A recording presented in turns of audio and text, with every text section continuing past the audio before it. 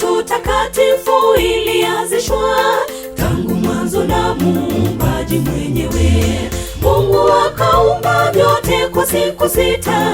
Alipofika ile ya saba kaitenga, akaibariki kuwa Sabato yake, siku pekee ya kupumzika. Sabato takatifu ilianzishwa tangu mwanzo na Muumbaji mwenyewe. Mungu akaumba vyote kwa siku sita. Alipofika ile ya saba kaitenga, akaibariki kuwa Sabato yake, siku pekee ya kupumzika. Ni siku ya kumsujudia Muumba na kupumzika mbinguni pake. Katika ibada ya Bwana wa Sabato ni raha tele kwa yule mwaminiye. Ni siku ya kumsujudia Muumba na kupumzika mbinguni pake. Katika ibada ya Bwana wa Sabato ni raha tele kwa yule mwaminiye.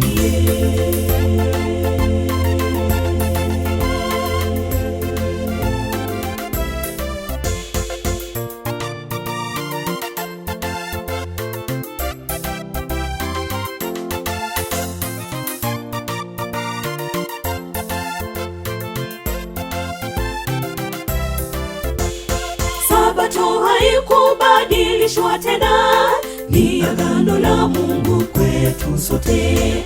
Ni amri yake tuitunze Sabato, tusifanye kazi siku hiyo ya saba. Ni muhuri kwa wale waaminio, tadumu milele Sabato ya Bwana. Sabato haikubadilishwa tena, ni agano la Mungu kwetu sote. Ni amri yake tuitunze Sabato, tusifanye kazi siku hiyo ya saba. Ni muhuri kwa wale waaminio, tadumu milele Sabato ya Bwana. Ni siku ya kumsujudia Muumba na kupumzika mbinguni pake. Katika ibada ya Bwana wa Sabato ni raha tele kwa yule mwaminiye. Ni siku ya kumsujudia Muumba na kupumzika mbinguni pake. Katika ibada ya Bwana wa Sabato ni raha tele kwa yule mwaminiye.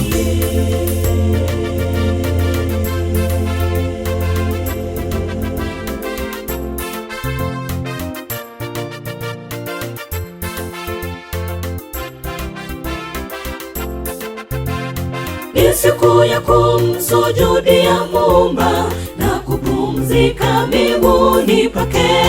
Katika ibada ya Bwana wa Sabato ni raha tele kwa yule mwaminiye. Ni siku ya kumsujudia Muumba na kupumzika mbinguni pake. Katika ibada ya Bwana wa Sabato ni raha tele kwa yule mwaminiye. Ni siku ya kumsujudia Muumba na kupumzika mbinguni pake. Katika ibada ya Bwana wa Sabato ni raha tele kwa yule mwaminiye. Ni siku ya kumsujudia Muumba na kupumzika mbinguni pake. Katika ibada ya Bwana wa Sabato ni raha tele kwa yule mwaminiye.